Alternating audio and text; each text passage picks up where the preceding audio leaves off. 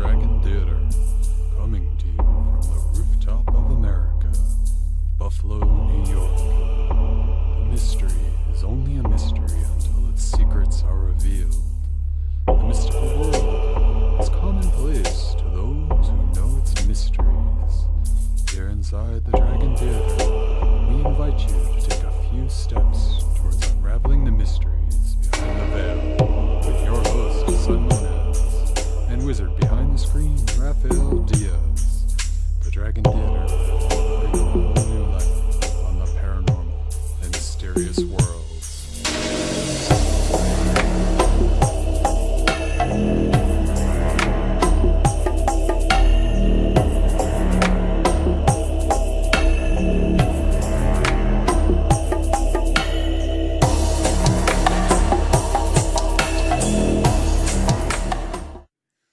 Welcome to the second edition of the Dragon Theater, live from Substation Studios in Buffalo, New York. As always, it's a cold, wintry day here in Buffalo. It's freezing, but that's Buffalo for you. But today we have Paul Mateja from the BFRO. Thank you, Paul, for coming. Oh, you're welcome. I'm pleasure to be here. Oh gosh, mine too. If there's one subject I love, it is Bigfoot. Yeah, I have had the Bigfoot bug since I was 4 years old. Is that right? Yeah. 4 years old. Wow. Okay. I don't think it's been that long for me, but yeah. I walked into the library and instead of grabbing a children's book, I saw this book on Bigfoot, and that's how it got started for me. Yeah, good. Yeah. Good. For me, it's been different, for sure. I mean, I've kind of had an interest since a kid for it. I would see the Bob Gimlin film that happened, and I remember my father took me to see that one day at the movie theater, and I did kind of see things and hear things, but it was different for me to get involved in it. Now, what area of New York did you grow up in? In Lackawanna. Lackawanna. Yeah. Mm-hmm. Okay. So, but my experiences with it didn't start in Lackawanna, obviously. They were down the southern tier. Okay. And my uncle had a hunting camp there. A hunting camp? Yes, in South Ripley, New York. All right. And we would go down every weekend with him, me and my cousin, his grandchild. And one night, and I think it was around 1975, I don't remember the year, because at that time, the event was kind of interesting, but it didn't really strike a chord with you. Right. Okay. And it was probably late summer, early fall, as I recall it. And it was late at night. We were in the hunting camp, the cabin that was there. All right. And my uncle went outside to take a leak. And next thing you know, he's calling us out. And he says, "Hey, kids, come out and listen to this." Now, how old's your uncle at this time? Oh, boy, you're going to tax me here. I'm going to just take a wild guess. Let's see. I would say maybe 60. Okay. And boy, he was a strong, robust man? Oh, well, he was a tall, lanky kind of guy, but he was very active. Okay? Very active. He loved to hunt and fish and that kind of thing. He was a Native American. He married into the family, married my mother's sister. From what nation, if you don't mind my asking? I think he was Cherokee. Okay, okay. So anyway, we're down there. He calls us out, and we can hear up on the ridgeline this call, and it was loud. Kind of a screaming-like call, and I remember it had kind of like animal and or mammal and kind of bird notes in it, and I couldn't place it myself. It was definitely odd, nothing I've ever heard. How long did this go on for? I think when it first started, we're listening to it. My uncle kept saying, I don't know what that is. I've never heard it, and it would call for a few seconds, and it would stop. And I recall it being a single kind of tone. And then it would stop, and then it would call again, and it would have moved a little bit on this ridge line. And let me kind of give you the topology. The cabin sits on a little hill, and then there's this little valley, opens up to a large lake. On the opposite lake is some forested area, and then it goes up a little ridge. Okay. And behind the ridge is a big swamp. Okay, so it's up on that ridge. Had you spent a lot of time at at your uncle's place? Yeah, absolutely. We would be there almost every weekend. Every weekend? Yeah, for sure. And your uncle, how long had he been there? Well, he and his friends started the hunting club, I think, back in about 1958. Okay. that kind of thing. So it's he been spent a lot of well-established. time in the woods, Absolutely. and he was very aware Oh, yeah. of Yeah. the local animals and everything For sure. Yeah, I would say inhabiting so. those woods. At least that's the way I perceived him to be. I mean, there was, he was the go-to guy if you ever wanted to Right, know that. right. And he would teach me and my cousin all these things, how to hunt, how to track. Okay. He's just that type of person from his, from his background, his heritage, that type of thing. So anyway, this thing would call. Okay. Then you'd hear it call again, and it definitely moved a little bit. All right. And it would keep doing that. I don't know how long it went on, maybe 10 minutes. 10 minutes. And it's definitely moving north to south. And finally, my uncle says, "Well, we got to go see what this is." It's like, "Oh, okay." Let's rush out into the woods. Yeah, let's where rush there's out into the woods. What he strange realizes that as it's moving, it's got to come out further south. And this whole thing gets squeezed down. The way the lake runs, the ridge line, the swamp, it just gets narrower and narrower. Okay. So he realizes if it continues on that ridge line, it's got to come out of a particular spot. So we jump in the car and we go around the block, and we go to a place where he thinks it's going to come out. We go into an old abandoned hayfield, walk into the middle of it, and we're just standing there. And sure enough, this thing is still calling and still walking towards us. And we're waiting. It's getting closer, calling.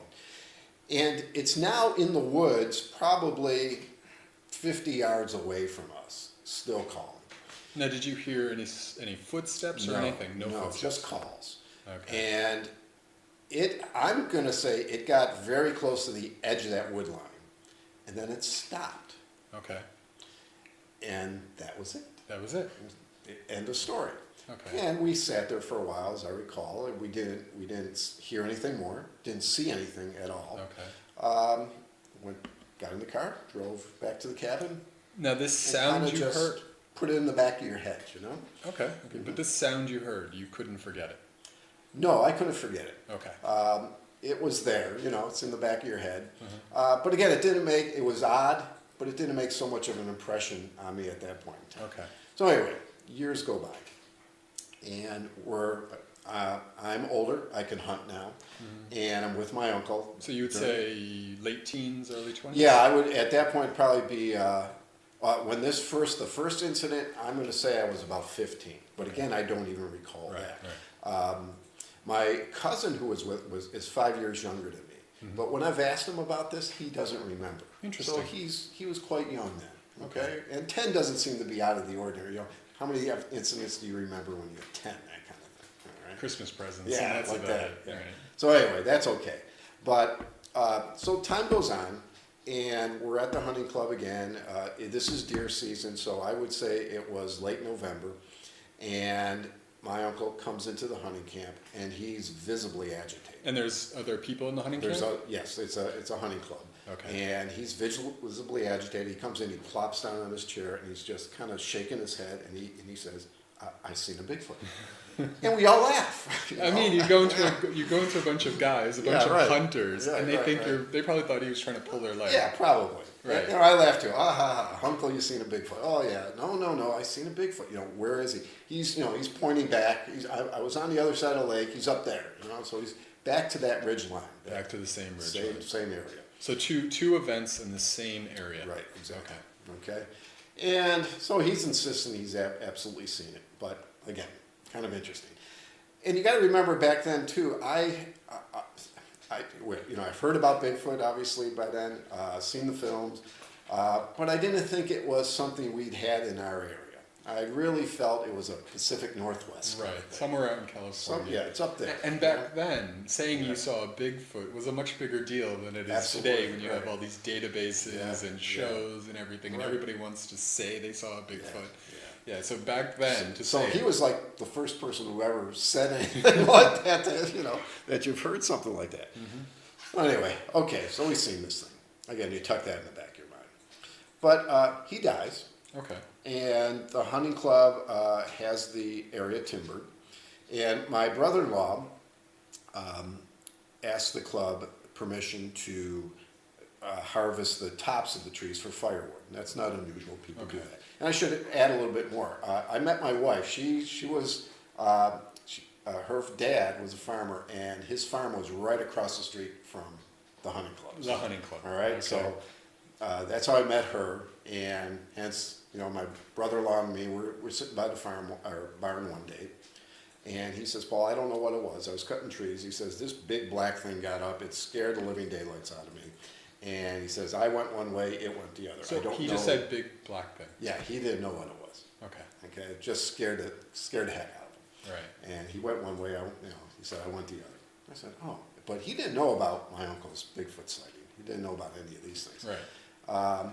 So did he think he was crazy? Did he think he was having an hallucination? I don't know. I didn't get into it with him too much about what the heck he thought he'd seen. And, at my time, I probably thought it was a bear, that kind of thing. Right. And, he was very familiar with the animals in the area. He knows what a deer looks like, a bear looks like, that. Okay. Kind of thing. All right. So for him to say that was significant. Right. Anyway, again, a few more years go by. Okay. And now now we're getting into it. Yeah. So now I think it's late November, early December 2002, and I was in my office reading the news during lunch, and this story was on, and the byline was something like, "Bigfoot's dead, Wallace dies." Wallace. Yeah, Ray Wallace, the big hoaxer out west. And he's Ray Wallace, he had made a hobby out of doing Bigfoot hoaxes. Yeah, exactly. And as I remember, the story was he had made these wooden Bigfoot feet. Yes. And he would attach a rope to a truck. Oh, okay. This is a new one to me. Right? He would attach a rope to a truck and have the truck pull him so he could get his strides at around 8 or 9 feet. Okay. Now, of course, people made casts of those wooden feet. Yeah. Wooden feet. That's all they were. Now, here's the funny thing. In the recent years, did you hear about, oh gosh, I forget which scientist, but he discovered dermal ridges in some of the casts? Yes, right. That was really fascinating. Yeah. And I can't, there's a guy, Jeff Meldrum, who does this, Dr. Meldrum. I don't know if he's the one who actually did those. No, I think that was a police investigator. A police investigator. Well, that's even more interesting. Yeah. I think that's how it came about. Okay. And he was kind of, again, a skeptic. A skeptic. And thought, he can, I'll take a look at those casts and I'll be able to tell that they're all fake. Mm-hmm. And when he started to look at them, he's seen the dermal ridges there and kind of made him a believer at that point in time. Now, the most interesting story of all of the dermal ridge castings is that he was able to find a casting with a particular scar on the foot in New Mexico. Yeah. And then he found the same dermal ridge foot with a scar in Northern California. Yeah, I'm wondering if I don't know, I'm not quite certain of that one. I'm thinking of another similar type thing. Okay, which one? Was Dr. I think his name is Krantz, Grover Krantz. Mm-hmm. And he was an anthropologist. He's long since dead, but he too was a skeptic. And he really thought the whole thing was just a big hoax. Okay. But he started examining a track cast called Cripplefoot.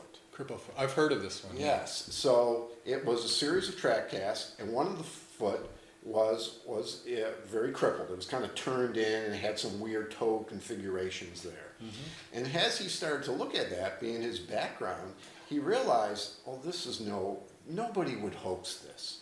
You would have to have a very intimate knowledge of anatomy to be able to pull that off. Mm-hmm. Just the way the toes were, I guess, bent and twisted, and the whole foot was crippled up, that for somebody to do that would have to be very well informed. Right. And he became a believer.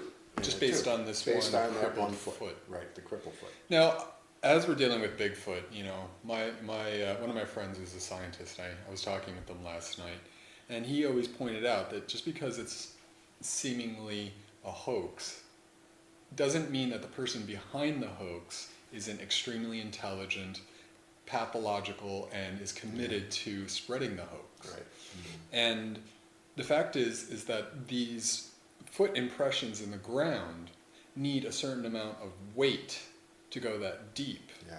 So lugging 800 pounds into the forest in the middle of nowhere in the hopes that someone will see it makes no sense. in 2 different locations someone either is independently wealthy and insane, Mm-hmm.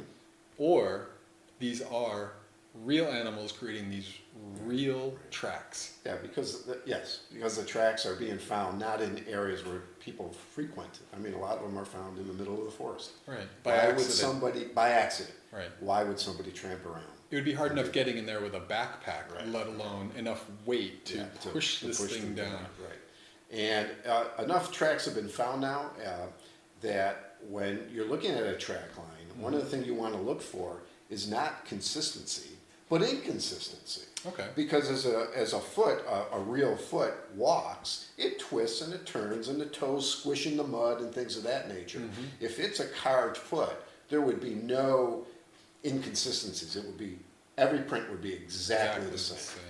So you start to look at those things, and you definitely see when you can see those inconsistencies, those movements and twists and things of that nature. It's a real foot doing it. Yeah. So you are a researcher for the BFRO. You get to see a lot of files that aren't available to the public. I know this is near impossibility, but could you give me a rough guess of how many foot castings, Bigfoot foot castings, are in existence? I don't know. I don't know. Above 10,000, below? Oh, 10? no. Foot castings? Yeah. Footprint castings. I'd be shocked if it was that many. Okay. If I just had to make a guess, how many castings, and this is a guess. Right. North America. Maybe 1,000. Maybe 1,000. Yeah. Okay. I'm sure there's been many more people who have seen footprints in those things, who have never cast them. Okay. That kind of thing. So. Okay. Well, a nice little side story, but so we're 2002. Ray Wallace dies. I'm reading this article about Ray Wallace. You know, and he's the guy who claimed he did all these hoaxing, and he was the guy in the suit.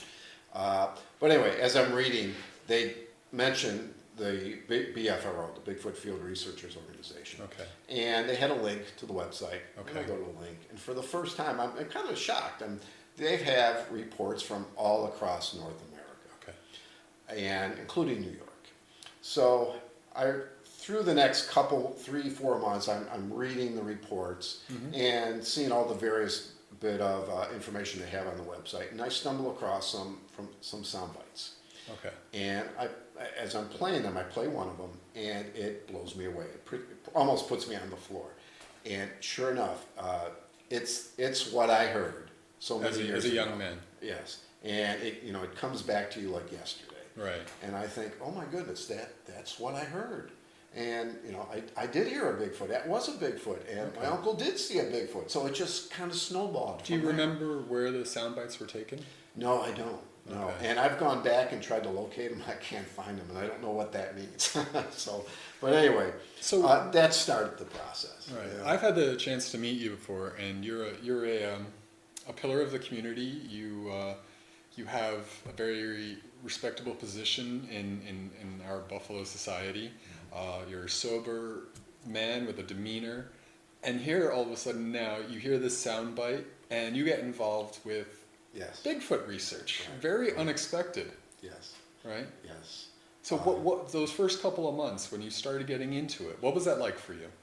It was exciting. Too exciting. Yeah. Too exciting. Yeah. Got a little obsessive about it? I got obsessed. Okay. Absolutely. And I would tell my wife all these stories, and she would listen. And she probably heard way too much about Bigfoot. Yeah, absolutely. And she got kind of tired of it. Okay. But about a year later, so that was about 2000. So we're 2003 now. So 2004, the BFRO started offering public expeditions. Okay. Now the BFRO, could you tell us a little about that? Yes, the BFRO is just a group of people, all volunteers. Okay. It was started by Matthew Moneymaker, and he currently is with Finding Bigfoot. Finding right? Bigfoot, Okay. right. And he put the group together. At the time, it was small. There weren't many investigators in the group. There was probably, if I had to take a rough guess, there was probably 30 to 40 active investigators. Okay.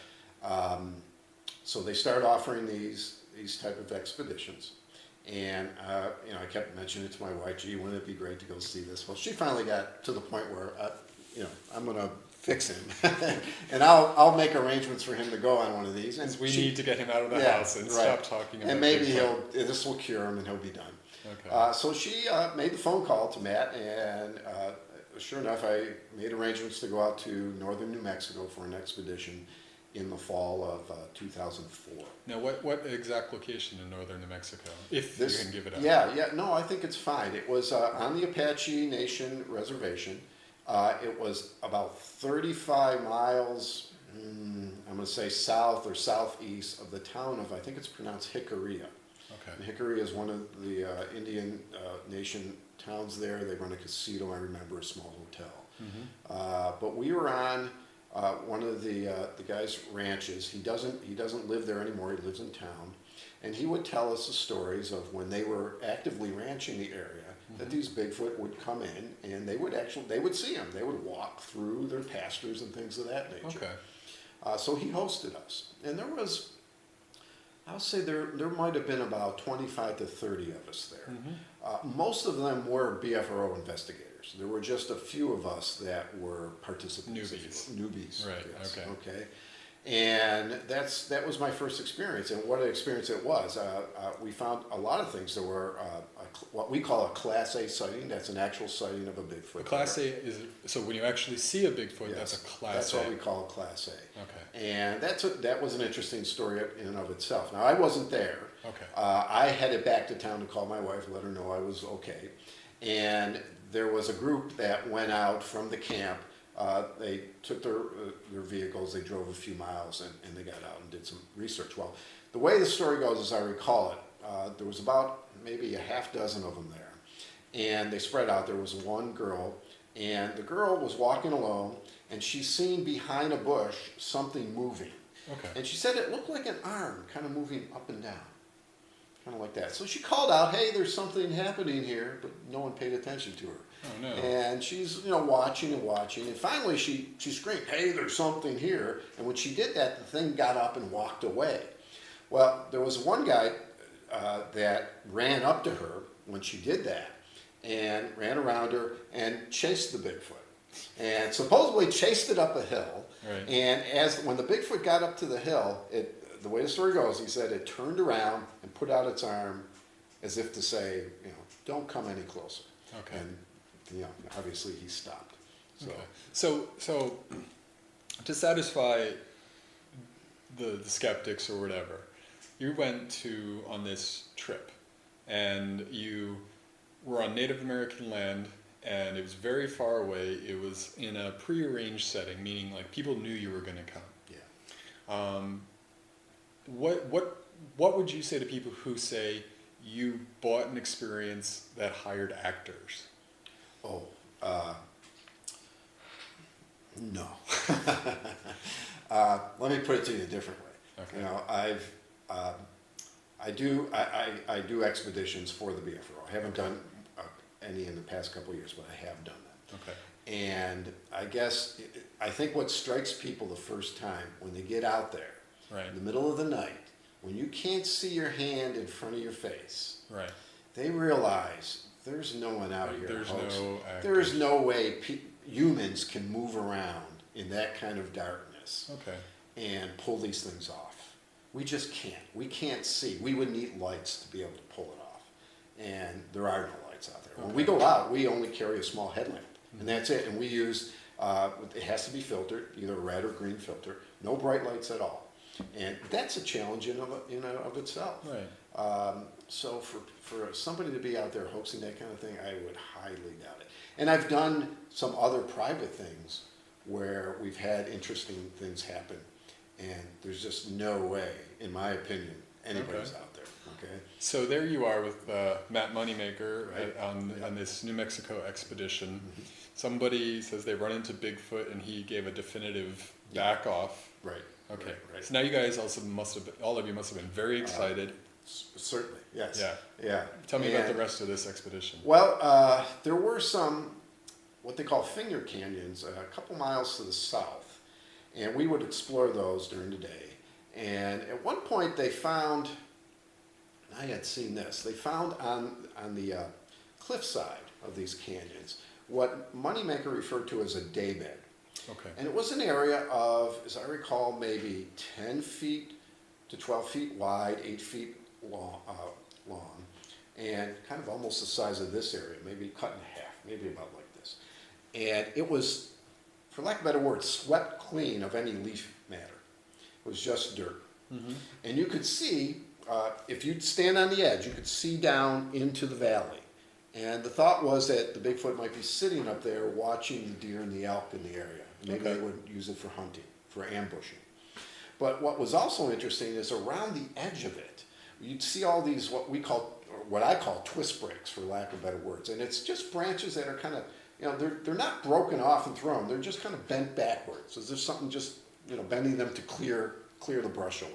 And they have a very unique kind of twisting and bending type thing. Okay. Do you have any idea as to what those are for? In this context, I think they were just clearing the area out. Okay. That's how I read it.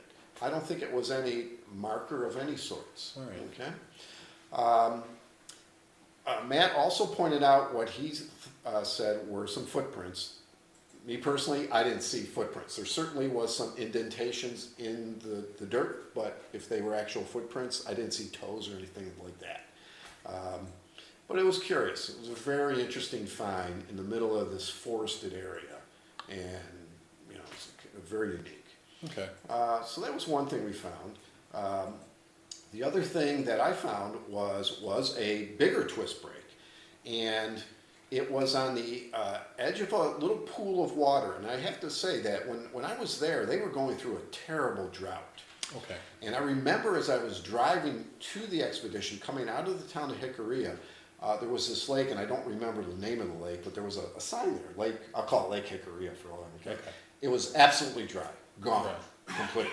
So they had not had rain there for probably 2 to 3 years. Ooh. Okay.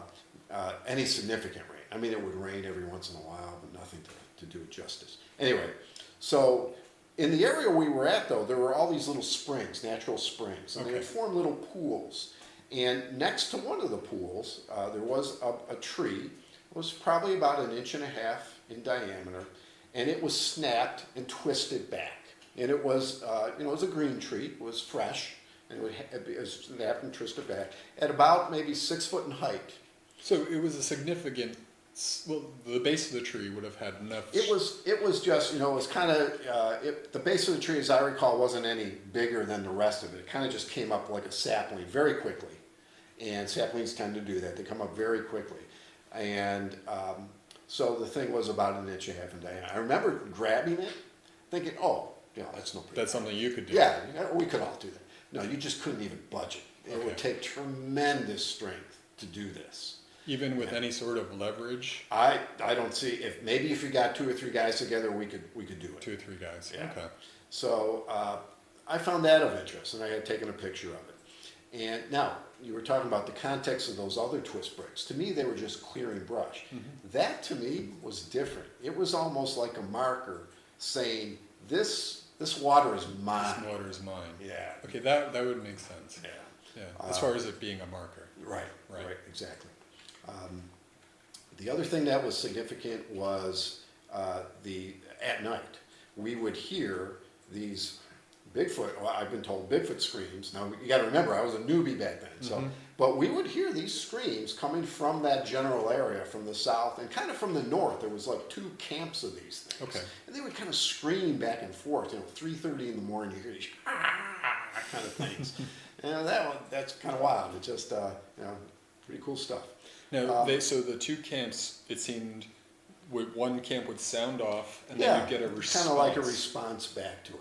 How many respond back and forth I don't calls? recall exactly. Too how many to count? No. I think it was. No, I don't think it was like that. I think it was more you hear these calls and you hear response, and then maybe things go dead for a while. Okay. And then they would start up again, and sometimes it would just go on and on and on, and then just complete silence. So, as your first expedition, Yeah. this is just now a lifelong obsession after this experience. Yeah.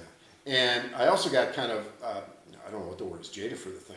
I thought all expeditions were this. All expeditions were this way. And as I found out, they're not. It's just a hot spot. You got to have a hot spot, right? Right. And even though a researcher could do a lot of investigative work into an area, I think he's got a good spot. You can go in with a bunch of people, and then little or nothing happens. Okay. And it could be just timing, or maybe Bigfoot are very sensitive because they see a lot of people coming in and they move on. Don't know. So you're on the Native American land having your first expedition. Did you get a chance to talk to any of the Native Americans? Well, the gentleman who sponsored us, yes, he was Native American, and he had his family there, and they would tell us stories. And again, they were relaying when they were working that area how these Bigfoot would come in. But he didn't. No, I don't recall him actually telling us stories of his people, if you will, of the Apache and the things that would happen to them.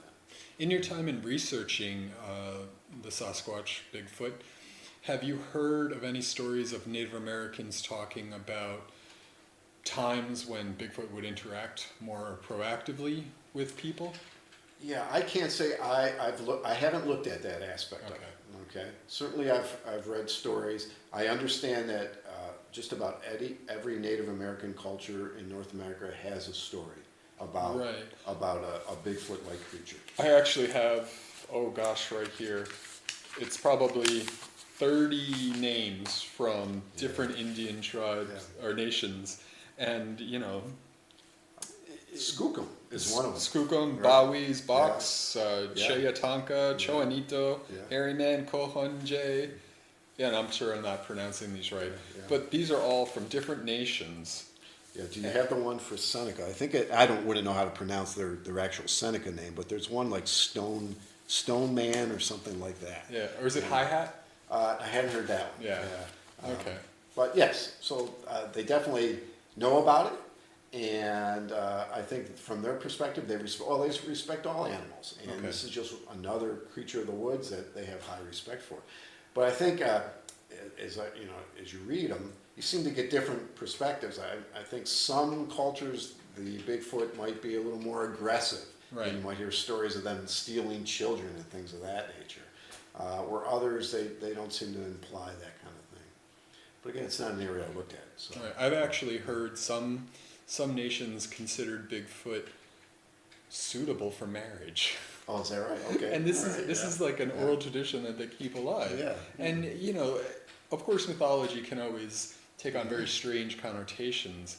But just to hear something like that is a very matter-of-fact thing. It boggles the mind how far Bigfoot has entered many cultures' mythology. Even the ancient Greeks have stories about Bigfoot. Yeah. Oh, I didn't know that. Yeah. Or a very large hairy man who lives in the wild, doesn't speak human language. I mean, the stories throughout the world. Like I said, I have obsessive compulsive disorder about Bigfoot, so I read as much as I can. Okay, that's good. Yeah. But it reminded me of one thing. When now that I look back, and I'm now looking at this stuff, I wish at the time when my uncle was alive. Now, being a Native American, he had access to the Seneca Indian Reservation. And I remember at one point in time, he was very good friends with the game warden on the Indian Reservation in Silver Creek. And we would go down there and fish and stuff like that. If I only knew. If you only knew then what you know now. You could ask questions and hope they would open up and give some information, some stories would be great. There was one gentleman who made a movie about living amongst bears. I forget the name of the movie. There's been other movies about men who live amongst wolves and all this stuff. Yeah. The wildest animals seem at some points to interact with humans. But in this case, either this creature doesn't exist, or it must have a solid reason why it doesn't want to even be seen or interact. Do you have any thoughts on why it doesn't want to be seen or interact? Well, let's start it this way. I mean, all wild animals tend to flee from humans anyway. So, when they spot a human, they're headed the other way. Okay. And I think that's true with Bigfoot too, because many of the sighting reports are simply chance. A person goes around a corner, boom, there it is. And they describe, a lot of times the witnesses will describe the look of the Bigfoot as much shock as the witness himself. Like, oh my goodness, there's a human here, I better leave, that kind of thing. So you know, if I take a look at that, it's really not. I'm not saying they want to stay away from us. They may just want to stay away from us because of like other wild animals. They just want to stay away. They don't want to interact. I don't know what they think of us. What do they think we are? That's a good point. We kind of maybe we look like them in some ways. You know, we're upright. We walk on 2 feet. You know, what do they think? Maybe that's why they have this. You know, people have reported. We've seen this at expeditions. I've had it happen to the expeditions I've done, where they would come up and throw rocks and things of that. Like, and they wouldn't throw rocks as if to hurt you. Right. It's almost like they're throwing it to intimidate you or scare you a little bit. Sometimes we even think, and we joke about this, that they're playing with us. Okay. They're just joking around. They want to see what those silly humans will do. In the time that you've been a BFRO researcher, have you heard of any reports of any meaningful interaction, whether it's just Bigfoot leaving something for the person, actually handing something over? Yeah, absolutely. Yeah, Okay. There's been those. Any Now, the comments type on of interaction, there's you know, the type of interaction, it's not like me being a person, maybe you're the Bigfoot and we're this close. Right. It's more of a habituation situation where we're leaving food, Okay. and then the Bigfoot would come later and take the food and maybe even leave a gift. There's this idea of gifting. People Okay. have reported that in habituation The situations. Bigfoot has actually left something for the Yes. humans? Yes, What for the type humans. of items would they leave? Sometimes it's like pine cones, Okay. or feathers, or even simple stones and Simple sticks. stones. Yeah. Now, there is one case, I'm thinking of a number right now, but one significant one where there was a habituation situation was in northern Kentucky. And I don't recall the year this report came in from the BFRO. I'm going to take a guess. Geez, we're at 2014 now. It could be 2009, perhaps. Okay. All right. Report came into the BFRO. A lady claimed she was feeding Bigfoot on her property. And Is this the story where he would come and eat garlic or ask for garlic or something? No. Okay. We come back to that one. Okay. I'll tell you about that. That's a good story. Okay. See, we both have the yeah. same Bigfoot Yes, bug. exactly. So whoever was the investigator for that part of Kentucky went and investigated, wrote back to the group and said, yeah, they're definitely here. They got Bigfoot on the property. Now, Matt Moniak at the time was obviously interested in this site because it's probably the best he's come across at the time. And there was another gentleman, Adrian Erickson, and he's up in British Columbia. I understand he's like a real estate developer. He's very wealthy. And he arranged to have Matt Moneymaker go to the site, and they set up an infrared camera situation. And they got some interesting footage. And what this lady would do is she would feed them pancakes. Pancakes. Yes. So she would take the pancakes out and leave it for them. They would Right. come in, take it. You know, What type of pancakes? Pardon me? What type of pancakes? I have no idea. But I imagine maybe they had syrup on them and things of that nature. And Okay. you know, So no, you don't know if it was blueberry or anything. yeah, who Okay. knows? Who knows what she did? But anyway, they had this video. You might be able to find it online. I don't know. We call it the pancake video. Okay. And in the scene, you see the lady. Now this is infrared, so it's late at night. You see her tiptoeing up, putting the dish of pancakes down, and then backing away. And then later at night, you see something come in and take it. Now, the way I understood the lay of the land was there was like an earthen berm built up, and you go down and there was like a pond below. And what you can see is this animal would come up over that earthen berm, but oddly enough, it would not go right into the illuminated area with the infrared. It stayed just to the outside of that. And you would see the arm reach in, you would see a bit of the head, reach in, grab the pancakes, and then it turned its back towards the camera. You could see the back was illuminated, and it would be eating the pancakes. So this was a remote area? No, it's not a remote area. I don't remember the town's name off the top of my head. But Was the house remote from the town or a little secluded? I understand it's not terribly secluded. Okay. Okay, and there are other houses around. Okay. It's probably a rural setting, but not terribly rural. You know, not in the middle of nowhere, that kind of thing. Okay.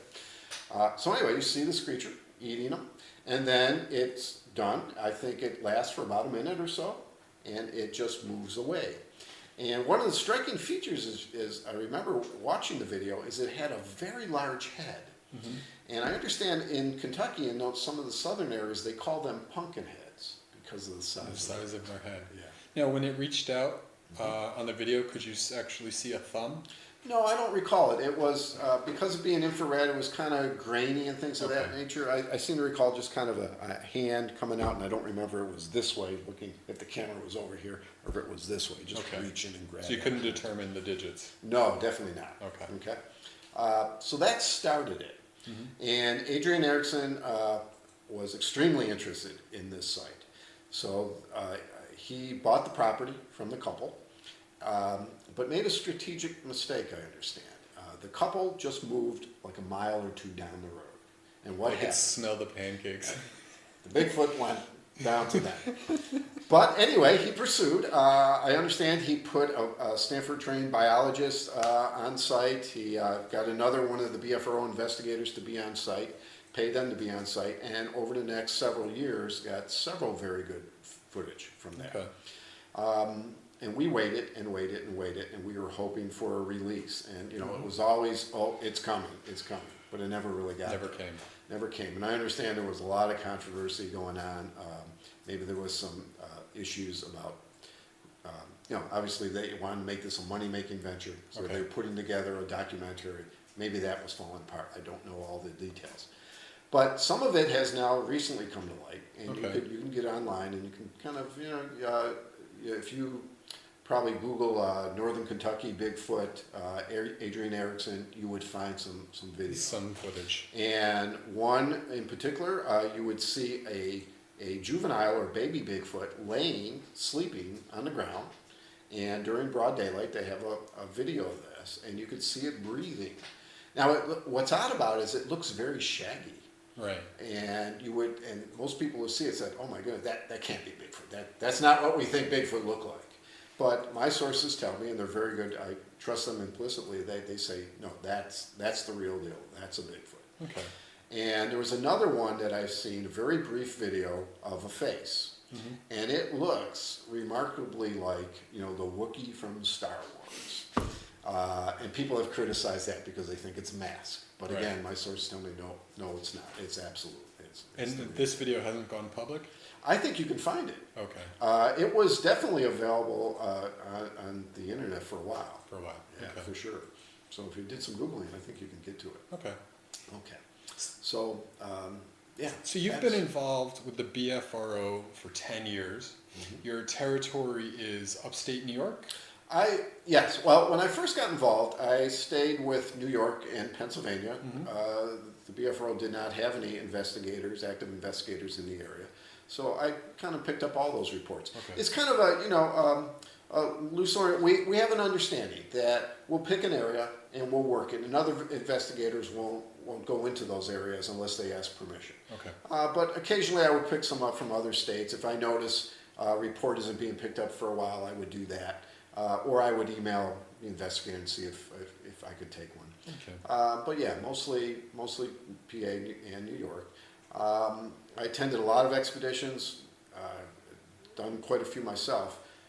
What I've come to realize, though, is you don't have to go far for this. That just blows me away. Yeah, doesn't it? Here we are in Buffalo, New York, the amount of industry we have in this town. Right. Toronto's only 90 miles away. Exactly. And you're telling me that there's tremendous amounts of Bigfoot activity not too far from here. You go 2 hours south. 2 hours south. Into the Allegheny National Forest, and there it is. There it is. Yeah. So before we get into all that, I wanted to get into fake reports. People hoaxing you. Yeah. How much does that happen? How many hoaxes come across your desk? There are so many reports in the BFRO database, we can't get to them all. Let's start with that. All right. Okay. So, but as I started to do more and more of these, I could kind of see a pattern. And some would be very poorly written. And just the craziest things they would throw out. Mm-hmm. And I would tend to shy away from those. I would suspect a hoax. Some were very well written. And I did make some phone calls. else. But one of the first things you start to notice is the witness doesn't want to contact you, doesn't want to respond back. And so that's your first clue that it's a hoax. Okay. I recall one incident in particular, though, that I did get a hold of, quote unquote, the witness, and I kept asking questions. He would feed me things. But then when I would try to call him back again to verify a fact, he would never be available. But being persistent, I would occasionally catch him off guard, and he'd pick up the phone. And Okay. Finally, this gentleman admitted, no, it's a hoax, man. Don't call me back. Bang, the phone went, and that was it. So yeah, they're out there. All right. But some are well done. And I recall a video that came out, I think it was from California. Okay. This one you can find online, but I don't know what to call it. But it was a Bigfoot. Supposedly the guy stopped along a roadway and was filming or something. And then you can see this Bigfoot run across the frame of the film. And you see an arm going back kind of like this and like this, and it's hunched over. It's going like that. Matt Moneymaker was really intrigued by that. Yep, that's a Bigfoot. But as it rolled on, he realized, oh, something's wrong here. You know, he's trying to get a hold of the person who's filming it. He's not making contact. He's being very elusive. And finally it came out, no, it was a big hole. It was staged. I mean, in this day and age, if you can get a successful Bigfoot video, you stand to make a little bit of money. You would think so. Yeah. I mean, that guy dressed up as a Bigfoot last year and got run over in the middle of the night. All to make a hoax video. Yeah. You know, so nowadays, there is actual money if you can make a good enough video. Yeah, good enough video, yeah. Now, one thing that we got to talk about is the fact that from all of your experience, there actually is a different species of Bigfoot in upstate New York, as opposed to the 8-foot giants of Northern California. Right. A lot of the reports we seem to be getting from PA and New York are tall, lanky creatures, not the big hulking creatures that might be out in the California, the Pacific Northwest. I don't know why that is. Certainly, we do get those reports too, of big ones. But oddly enough, we also get these other reports. Okay. And the one in particular that I could relate to is Benezet, Pennsylvania, and around 2007, it's been about the same time the Jacobs photos came into play, there was a report that came in from a lady who had a camp down in Benezet, PA. And her camp was several miles outside of town, pretty remote, and she claimed she had seen 2 Bigfoot.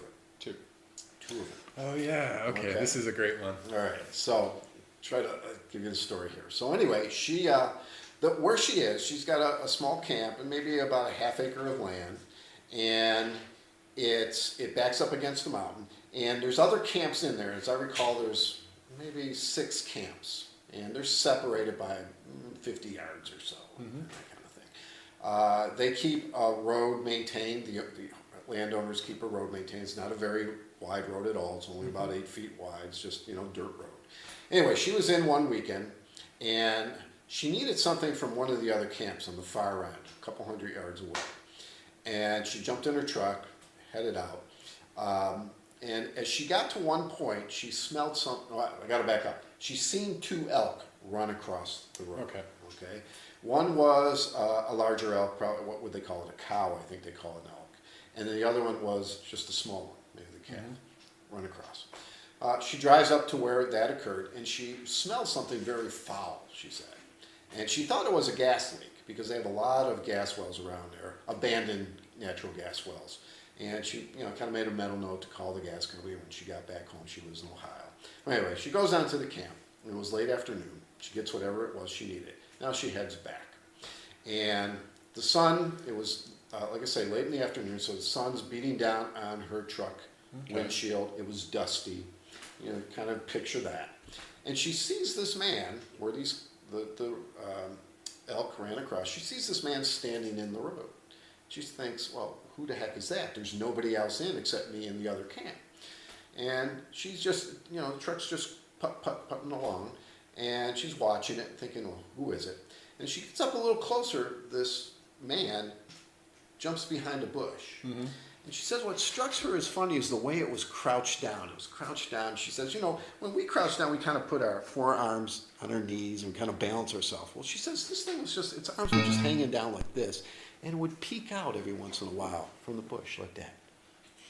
And now she's getting really upset and really nervous. Because to a woman in the in the middle of nowhere, this is a dangerous situation. She's wondering, who is this jerk? And she's creeping up a little bit closer, and she gets, as I recall, maybe about 35 feet away. And she says the thing jumps up, takes a couple steps across the road, grabs another one standing on the other side of the road that she did not see initially. Right. And she says, grabbed it by kind of the forearm, just kind of pulled it across, kind of tugged it across. She says at that time, that's what she realized. She could see the hair coming off the arms, off the legs. And she said, oh my God, what am I looking at? She realized for the first time, it's a Bigfoot. She saw a Bigfoot. She's a Bigfoot. Now that particular little gesture of grabbing another Bigfoot's elbow is one of the most interesting things I've ever heard, because it shows a normal social interaction that us humans would understand. Like, hey, we got to get out of here. Get out of here. And it's something I've never heard. You always hear stories of two Bigfoot walking along, or that, and that's about it. But for the first time, this is the first time there was concern for that other creature. It actually had a sense of caring. Right. Like, we have to get out of here, and a social movement that Come humans along. would understand. We got to get going. Yeah. You're right. You're absolutely right. So she went back to her camp. She said she couldn't sleep. Obviously, she was terribly upset. She thought the Bigfoot, now that she's seen them, the Bigfoot are going to come get her. Right. And she went back home. She packed up the next day. She went back home and talked to her friend about it. She decided to submit a report. And they found the BFRO, submitted a report, and I picked it up. And so me and my friend, we go down to meet her, and we met her and her friend, and went over to where the sighting occurred. And by that time, the landowners there had cleared back the brush a little bit more. But she was telling us that it wasn't, again, this wasn't a big hulking type of creature. She said it was tall and lanky. She says maybe 6.5 feet tall, that kind of thing. The other one was smaller. So we checked that out. Now, as I was saying, this area, there's this piece of land backs up to a mountain, and we decide that we're going to do our night investigation. So you're going on an investigation in this place. Right, so we stay there, and she says, well, there's this rail line. It goes up about 50 feet, and there's this rail line that cuts into the hill. And so we go down to the last camp, the camp she visited. We go up the hill onto the rail line, and we walk down further, and I don't remember how far we walked down, but there's this gas line right away that comes down through the mountain and comes across. So you can kind of get a better visual up to the top of the mountain, although it was very dark, so it really wasn't that much visible. But at least we didn't have a lot of tree cover there. So we sat there for a while and just talked and chatted. And it was about 12 midnight or 1 o'clock, and I decide, now's the time we're going to try some wood knocks. Okay. And you may have heard about wood knocks if you've read about it. Please tell us. Okay. So there's this thing that Bigfoot do, and we call them wood knocks. That's what they sound like. It sounds like two large sticks being knocked together, crack kind of thing. And we really don't know how they make them. Some people think they're using some body parts to do it. Okay, but I'll relay an incident if we have time of why it could be that, or it could be other things. It could be wood on wood type stuff. But anyway, I do a couple wood knocks, bang, bang, and sure enough, immediately from about two-thirds of the way up the mountain, we get a return knock, crack, and the thing starts walking towards us. And we can hear it walking down the mountain, crunch, crunch, crunch. Do you hear heavy footfalls? Very heavy footfalls. It was fall. Okay. To begin with, we can hear the leaves crunching. It's coming down. Coming down pretty brisk pace, too, because really strikes you when you're there, you realize these hills are very steep. We can walk them, but you're not going to be running up and down these things. And what you're hearing is a running pace. I'm hearing a very quick walking pace. Okay. Okay. It's coming down. And I'm dumbfounded. And this is all new to me. I've never been in this situation up to that point. Where what you're looking for is coming towards me. Okay. So it came down pretty quick though, and up above the rail line, there's about another 50 to 75 feet. There's an old logging road that runs runs through there. It comes down to that logging road, and then it stops, and it gets dead quiet. I really think at that point it saw us. Okay. And realized for the first time, oh, that's not None a of my Bigfoot. friends. Not one, right.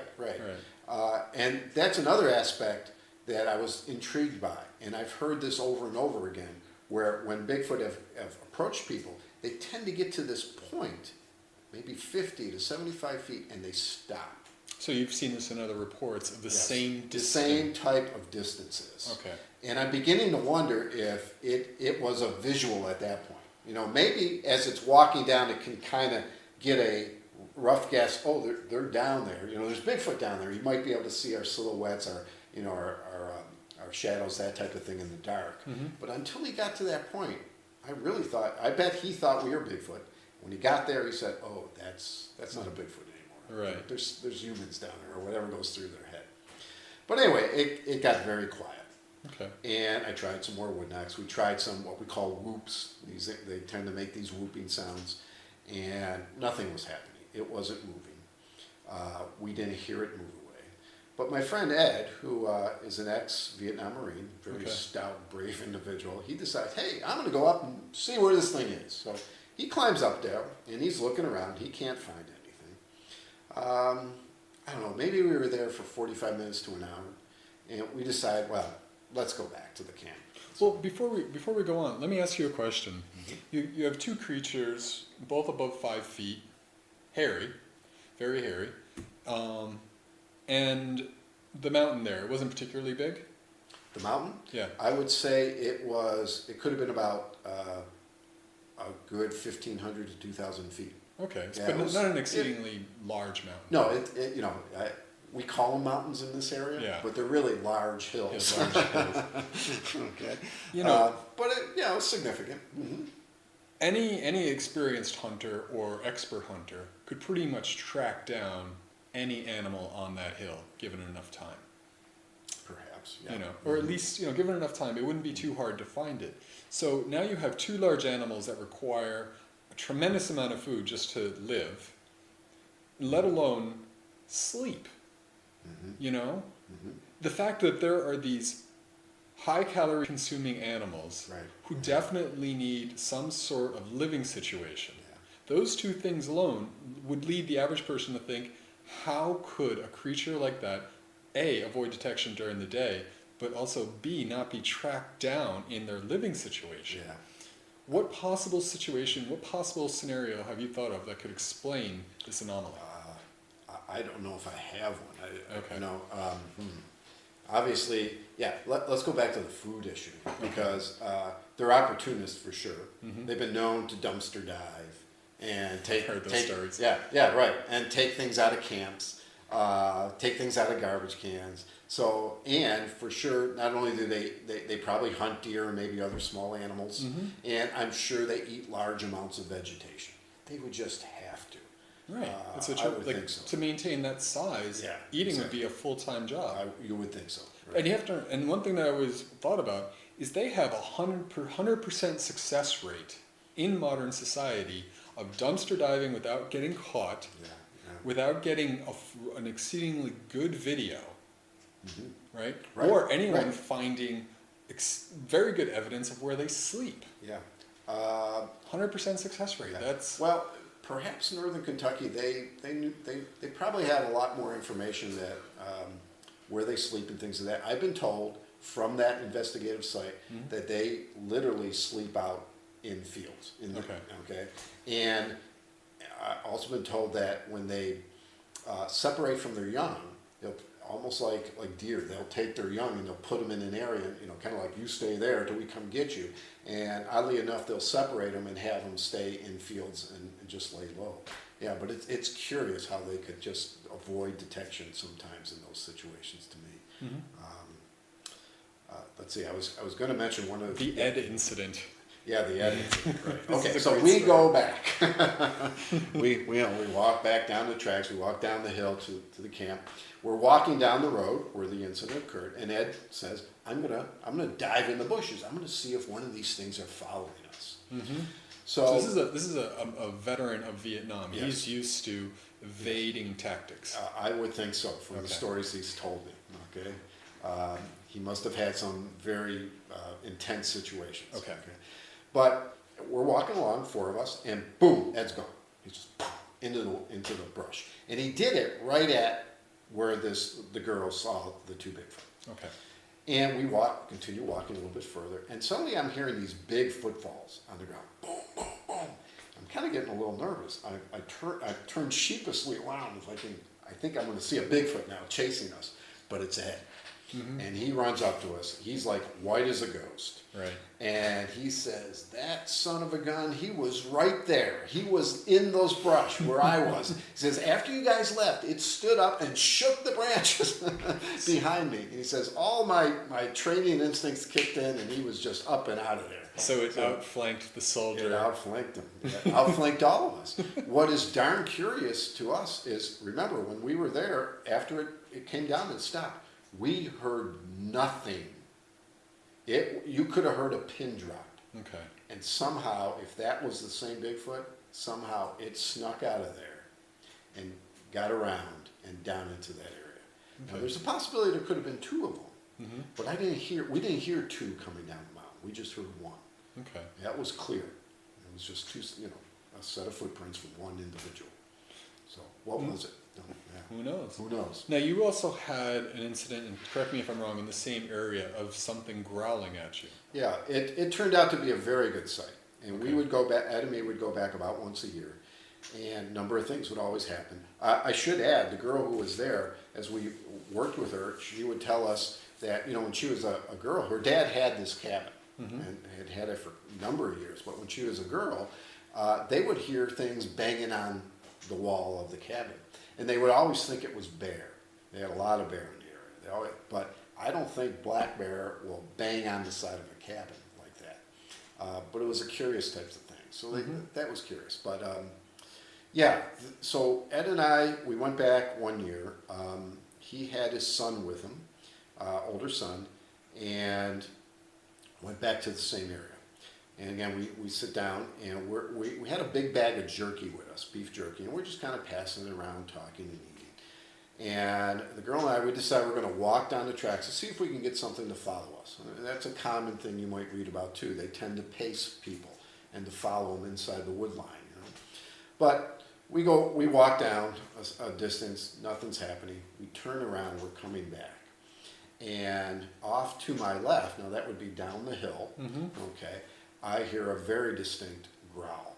Okay. And I'll make it for you if you like. And sure. It goes, grrr. Okay. Very deep.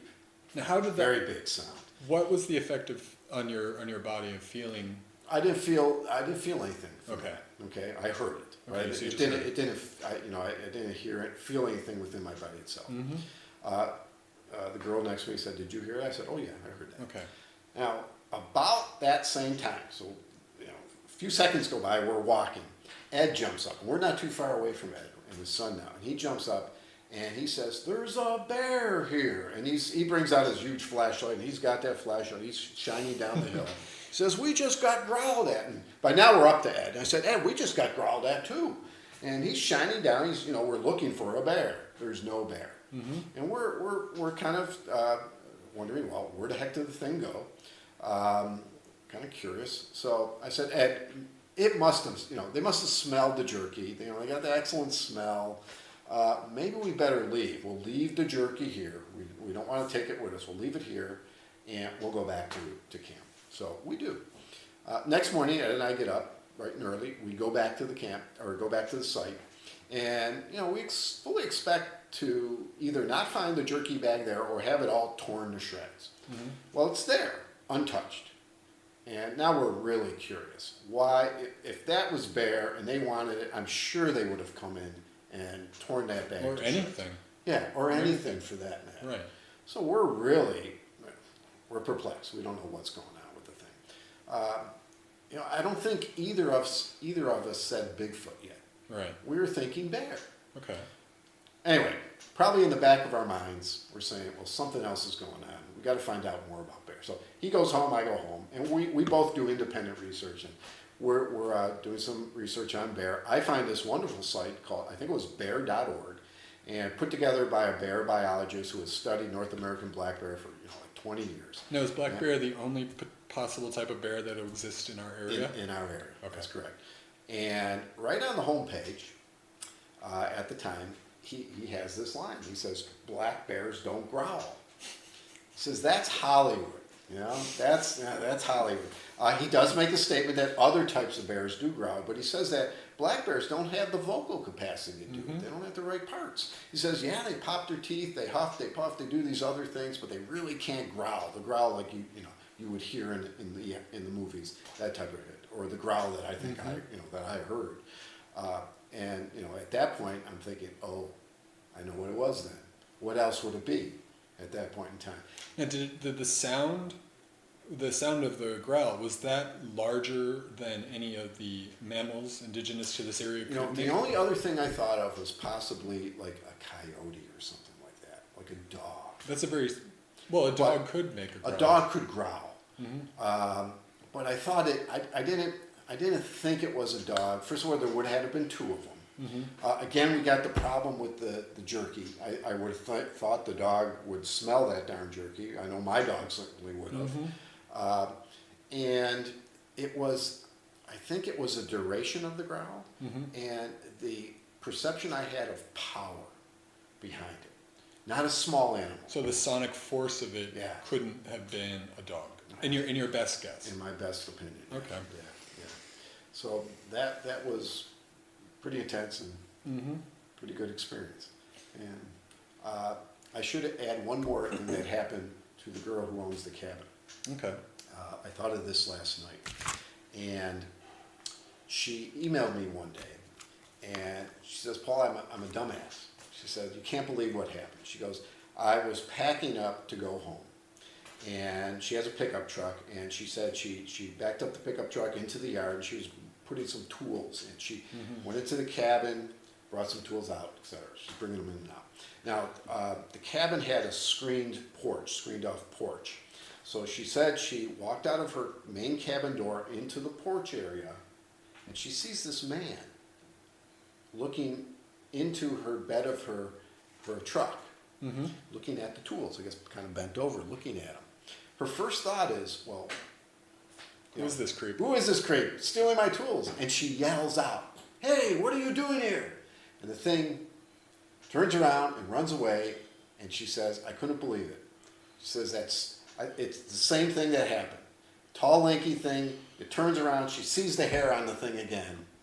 She says, it was another Bigfoot. Okay. And she says, the bad thing about it was, I had the camera right there. I had Isn't it that always the around case? my neck. If, Right. if she just would have played it cool for a while, Right. she probably had some good pictures. The best pictures ever. Yeah, maybe. What's very interesting is in Zor Valley, there have been many reports of a Bigfoot. And apparently the reports that come out of Zor Valley is this particular Bigfoot is around 6.5 feet, lanky, but very aggressive. Yeah. It's definitely been known to chase people out of Zor Valley, aggressively run after them, do its best to scare them. It's not like a lot of the reports where the Bigfoot is supposedly this peaceful forest thing. This one's a cantankerous old Bigfoot. And that's not too far from here either. No, definitely not. Right. Yeah. So, I mean, the idea of a lanky Bigfoot isn't just in, to Allegheny County, but also here in New York. And there's other reports from across the country who do report other sizes. And I'm thinking now of the skunk ape down in the Florida area. Okay. That's described as a more of a orangutan type creature. So who knows? There might be yet another species of Bigfoot. There's a lot out there. Who knows? Yeah. So there's also the theory of this unproven creature yet of, for lack of a better way of saying it, good Bigfoot and then bad Bigfoot. Yeah. And I mean, I know now we're getting into, just guessing and all that stuff, but these reports are made of people who've had exceedingly negative experiences. Right. You know, do you have any theories as to? You know, I can just offer this. I mean, it could be a situation where a Bigfoot is territorial, like some animals are, and maybe it feels like we're intruding. Again, I come back to the question: what do they think we are?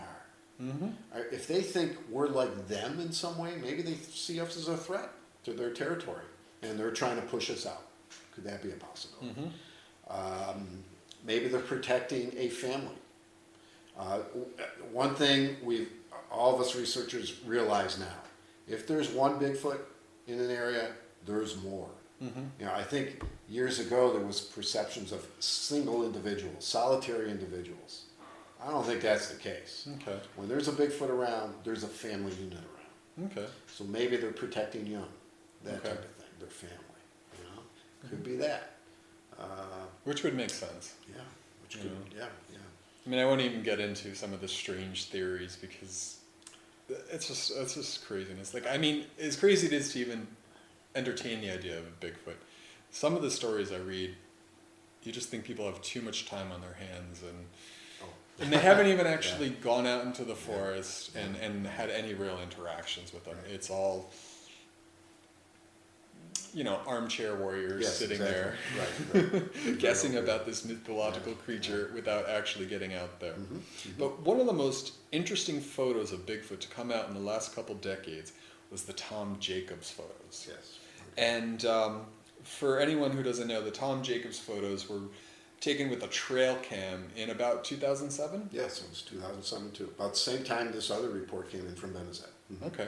Yeah, I think it was September 2007, down in Allegheny National Forest in the Kinzua Dam area. Kinzua Dam area, which has for a couple of decades been a high intensity area for Bigfoot sightings. Absolutely, yeah. Right. Yeah, definitely. If I probably looked at areas, Western New York and Western North Central PA, that's probably one of the better areas to look at, probably the highest concentration of reports. But yes, sure enough, it was two brothers, Rick and Tom Jacobs. It was Rick's trail cam.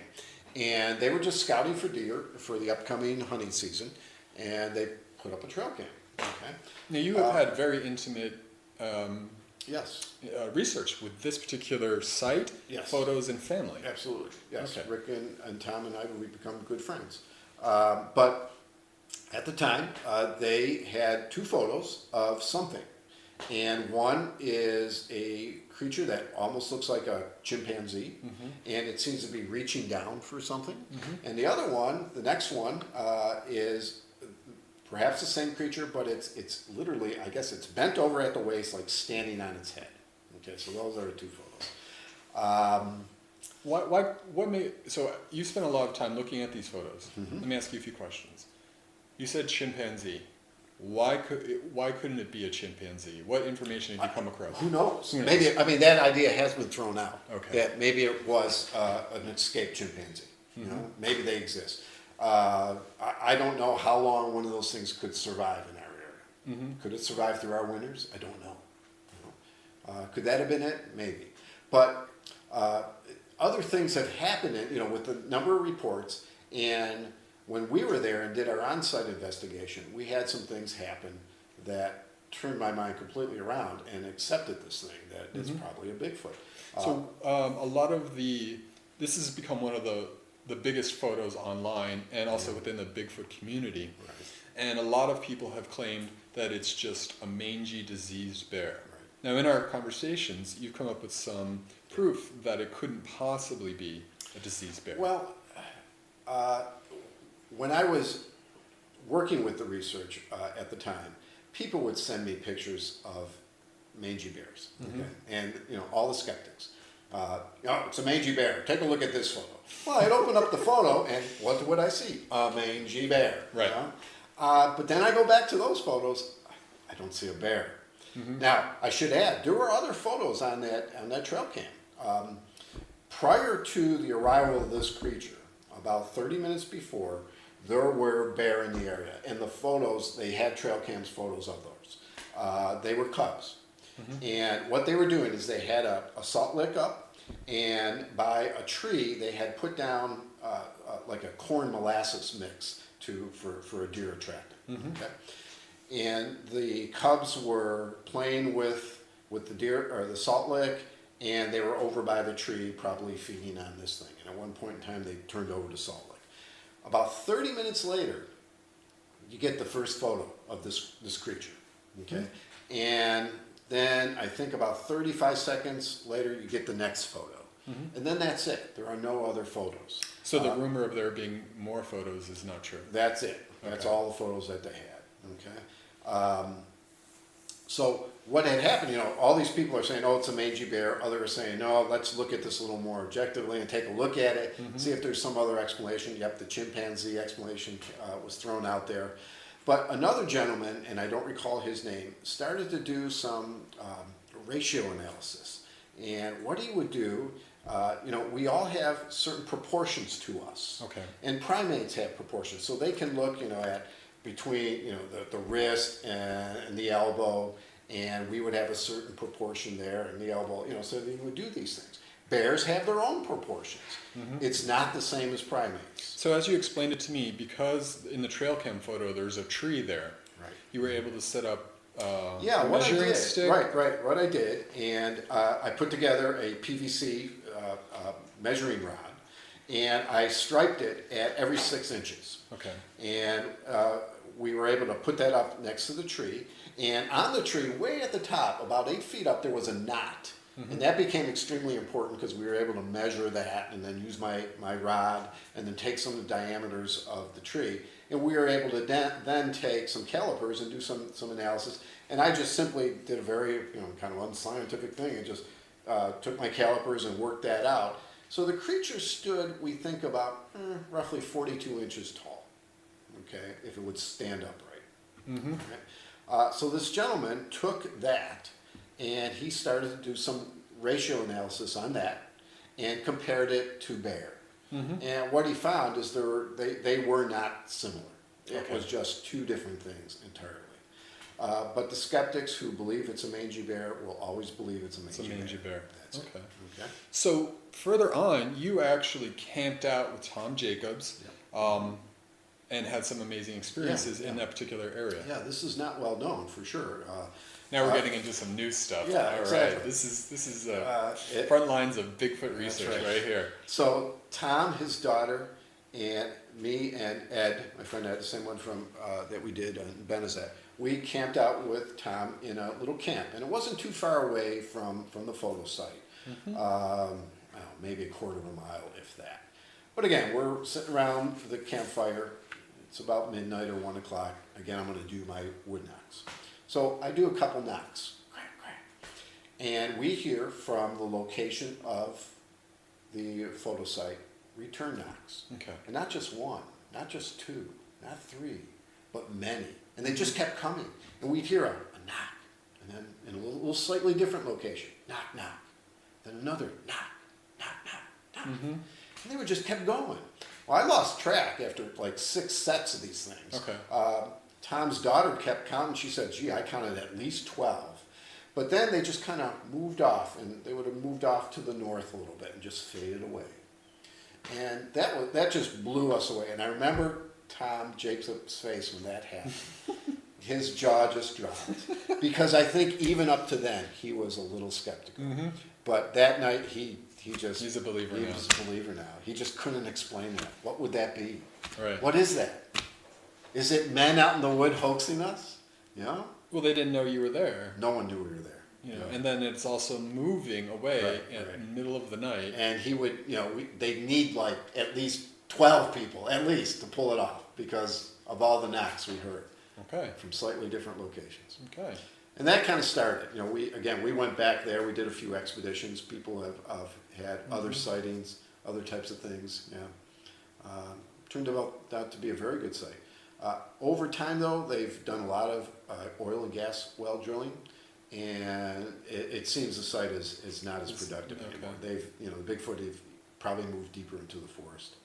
But it's a big area. It's a big area. Yeah, okay. absolutely. Do you have any further ideas or plans to get either a photo of Bigfoot or have more interactions with them? Any techniques or tactics that you haven't tried yet? Boy, wouldn't that be nuts? If I could find a site really close to home that was easy to get to, yeah, you could set up maybe a habituation site like that. That would be good. People have talked about doing that for sure, and they sometimes have good luck with it.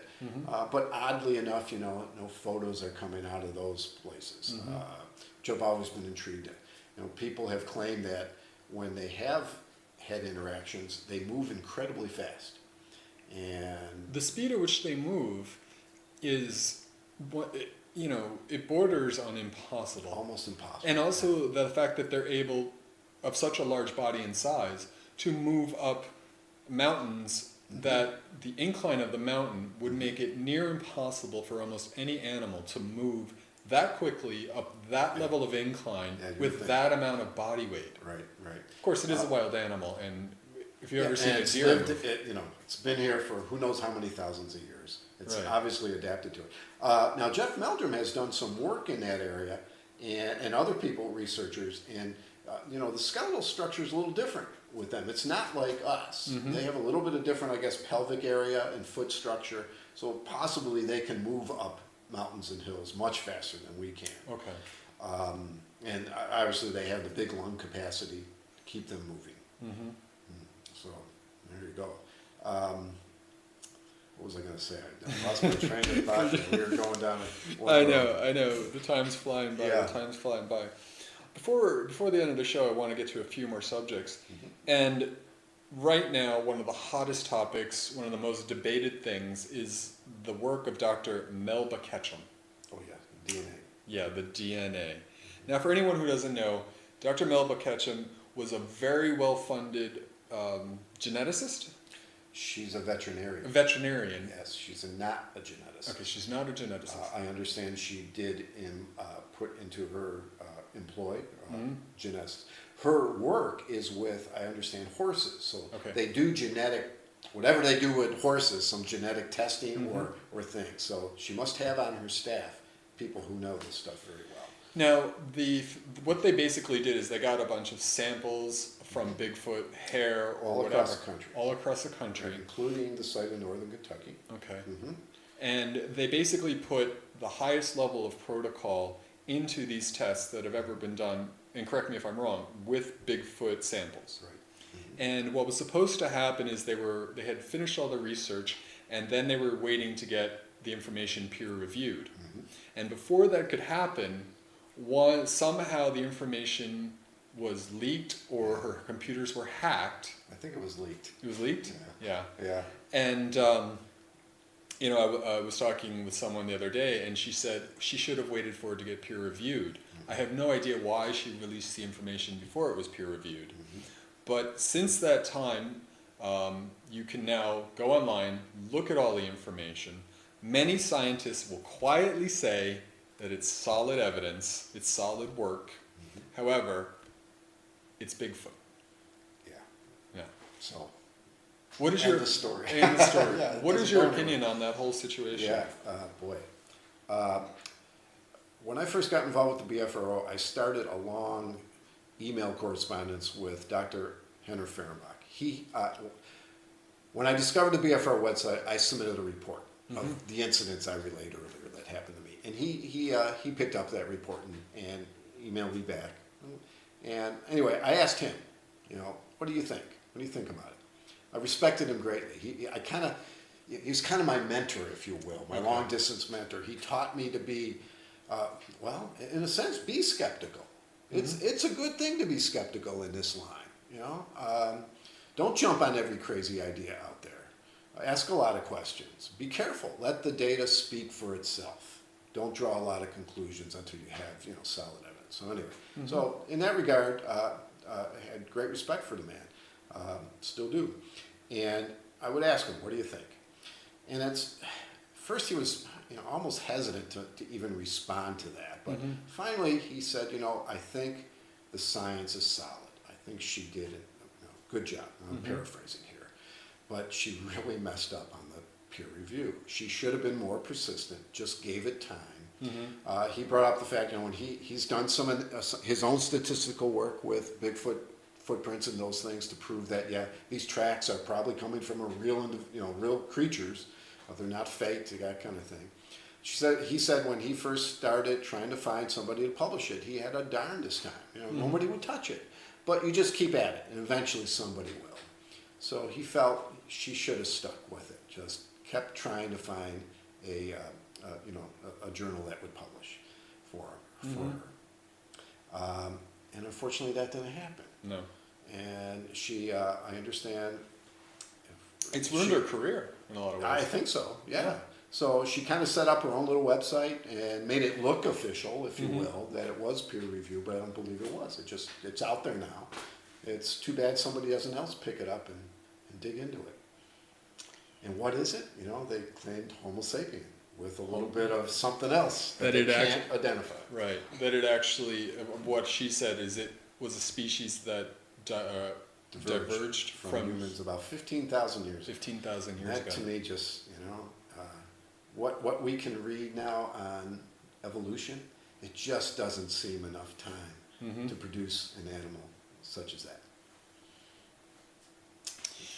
Well, one last thing on before I have to hit on a few areas. Okay. Right. But you have done a lot of work for the BFRO. Where can we find your research or your reports that you've covered on the BFRO website? If you go to the website, look, they have right on the home page. There's a little map of North America. You can click on that map, and it will take you into various states. And look for New York and Pennsylvania. You'll see my reports there. Okay. I haven't done much in the past couple of years, to be quite frank. Just things of life have gotten in the way, and so you won't see anything recent. A lot of reports come in from people who simply don't want them published online. Okay. And so you're seeing a small subset of what's there. And many reports, people have made it quite clear. You can, take my report, research it, don't publish it. Okay. I don't want anybody else to know. It's unfortunate, but that's the way it is. How many reports are there in the upstate New York area? Oh, off the top of my head, off the books. I don't know. The last time I looked, there was probably 40,000 plus reports in the database itself. Okay, 40,000. Keep in mind, many of those, there's just so many, we can't get to them. Now, one thing that happened with what's more likely? There's a real animal, or there's 40,000 people with enough time to hoax? Right, to sit there and write those things. That's a good point. Yeah. Okay. Now, even if we throw away half of them and say, those are just people hoaxing things and just trying to pull our leg. Okay, but throw away half, so we're still left with 20,000. That's significant. Right. Right. Are there 20,000 bear reports?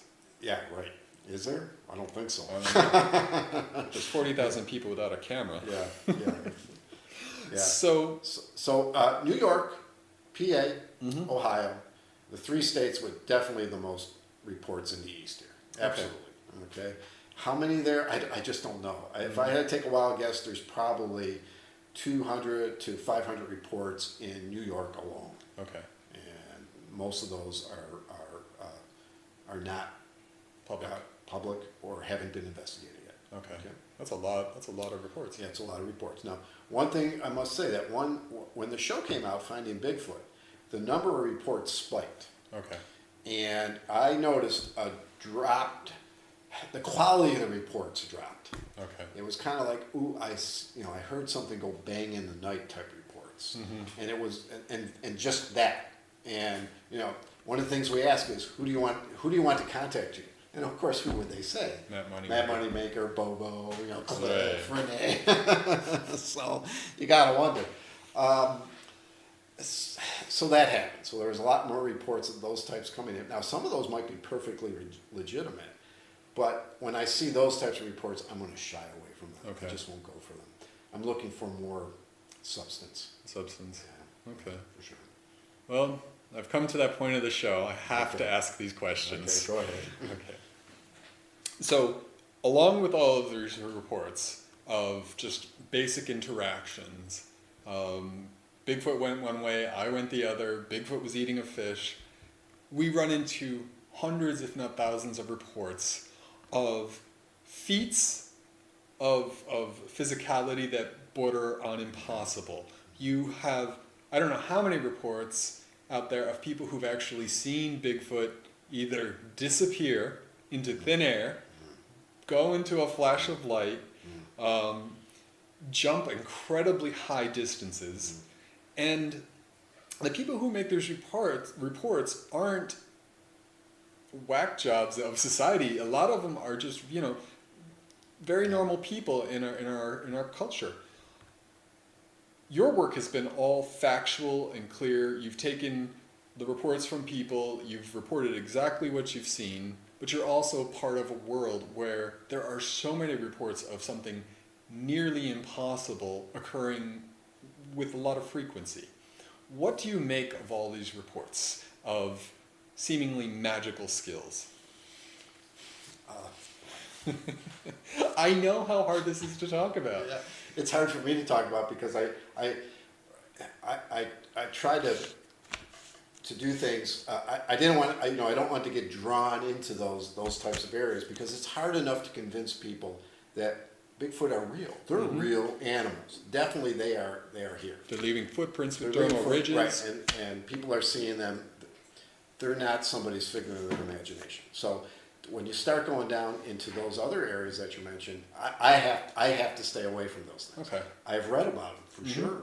I remember one of the first conferences I went to. It was in Pennsylvania. It was put on by the Pennsylvania Bigfoot Society, and I think it was my first one I ever attended. There was this gentleman there. He was a chemistry professor for maybe University of Pittsburgh.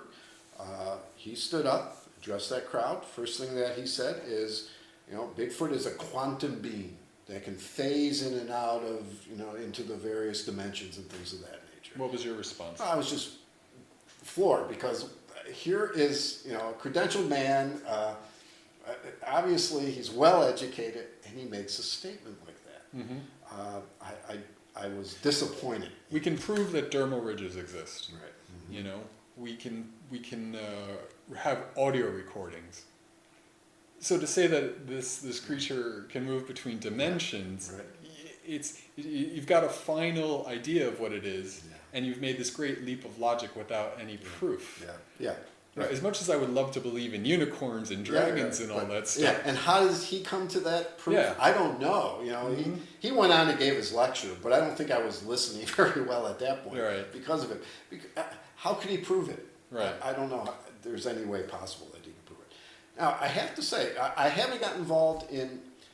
There is only one report that comes to mind. I think it was a hoax, but it was from a woman who sent me some photos. They were very odd. They were of a ghostly-like image, yet in a shape of a Bigfoot. And boy, if they were photoshopped, she did a darn good job with it. And of course, I couldn't go any further with it. I just want to go there. But, one thing I've always wanted to point out that, I believe in Bigfoot. I've had my own experience with Bigfoot. Yeah. I know that Bigfoot, for myself, is real.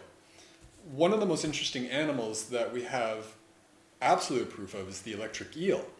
Now, the electric eel is able to activate all of its cells at once. It's somehow able to shock its prey without shocking itself. It is quite possible that another animal that we can't prove exists is able to do something similar and make weird lights. There's two things, attributes of Sasquatch that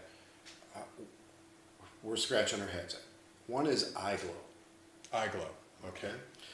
People will claim that they actually see the eyes glow as if they are producing light. Okay, and that's without shining a light into them. Right. Okay. That would be amazing if that can happen, because there is no animal known that can do that. The eye is a light gathering organ. Period. There are other animals that have organs that can produce light. But that's what they're built for. They produce light, and then they have eyes that gather light. But there's nothing that can do both: produce light and gather light. Okay. But what it is, and yet people will report, in situations where there's no moonlight, cloud cover, like I say, you can't see your hand, and yet they see eye glow. Okay. What's that? We don't know. We don't know. It's a mystery. I mean, these myths or these stories that people say of Bigfoot disappearing or whatever, we can also look back at the Native American mythology, and they also say the same thing about foxes and bears. Yeah. You know, animals that we know can't do this. Right. What does it all mean? Maybe people just have an active imagination. They see something that they can't accept, whether it's a Bigfoot, their mind can't accept it, and there is a sort of hysterical blindness or a hallucination that occurs to reject what they're seeing. That could be it too. We don't. Could be. Yeah. Right. Yet people that I respect, other researchers, have seen these things. Have seen these like flashes of light. Right. Exactly. Okay. And can't explain it. And they can't explain it. Well, I mean, that's a great level of responsibility to say they can't explain it. People have speculated what it might be. One of my friends, Dr. Tom Bruns, who's a medical doctor, he has kind of thought about it, and he thinks perhaps maybe they can. First of all, their eyes are bigger than ours, and maybe they can dilate their pupils to the extreme, so that they just open up completely. And what we're seeing somehow is just the heat, from the body, the eyes, the vessels in the eyes are somehow glowing with just plain heat, and that's what we're seeing when they're catching that type. Which would be a much more likely explanation than they. Now they do have, like some other animals, I'm sure, because they can walk around at night. They do have, I think it's called a tapetum, and that's a layer behind the retina that reflects light. So light enters the eye, passes through the retina, it hits the tapetum and reflects and passes through the retina again. So they get a double hit of photons, if you will, and that helps them see at night. So if they can dilate their pupils quite heavily, and you have photons, essentially coming back out of the eye, plus the nature of their eye, maybe the blood vessels, all that working together, maybe it produces what is perceived as them generating light, but it's not really happening. Something else is going on there. Well, as one of my good friends said, when you see some strange footprints in the forest, think first horse, then zebra, and then after that, finally unicorn. And, in the same situation here, before we start thinking that this thing glows from within, your explanation right there seems more likely than... There's got to be something like that. Right. I think because of everything that I've read, and people who would know, just, they find it very hard to figure out how can eyes generate light. It just would not make sense. No. And a lot of times what biologists do is when they see an attribute, they'll look for other animals that might have similar attributes. There's just no other animal that does that. There is one other thing that we would talk about, and that's infrasound. Infrasound. I was just looking at that last night. They've done a lot of work with tigers. And elephants. Yes. And the use of infrasound. Right. Now, infrasound is basically sounds that occur below 20 megahertz, right?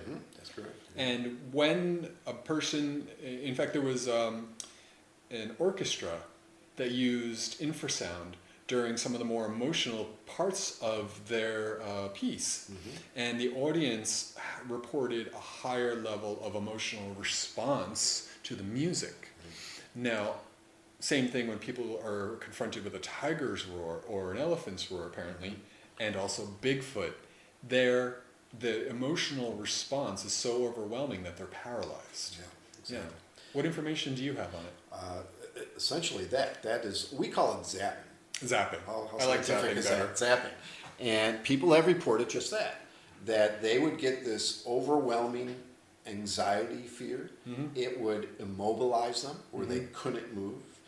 They would get very nauseous. In one case, there was a private expedition down south, a couple good friends of mine, and the one gentleman essentially collapsed. What's odd to me about it, though, is you could have a group of people walking together, and maybe only one would get affected. And I just can't, at this point, conceive how Bigfoot can be directing infrasound if they use it, If they use it. if they can generate it, how can they direct it with pinpoint accuracy at one person? That's the part I'm struggling with. I can accept that. Yeah, maybe they are using infrasound. Maybe for other reasons. Maybe to communicate. That's very possible. That's what elephants do. It does travel farther. Very far, I understand. Miles. It actually travels through obstacles. Right. It's much easier to communicate through the forest with infrasound, and then it is with a regular. I forget the correct wording, but at sounds at a higher pitch, Yes. the sounds don't travel as far. Yeah. But subsonic sounds travel through, over, and exceedingly long distances. So it would make a better form or better means of communication. That's what elephants do. I don't remember the researcher who first discovered infrasound in elephants, but she was working with, I believe, African elephants. And what she would notice is groups of elephants, although they were spread apart, maybe distances of a few miles, somehow they were able to maintain those distances as they moved about. Okay. And how would that be? You know, obviously, if they didn't have any way to communicate, one group might wander into another group and that kind of thing. But that wasn't happening.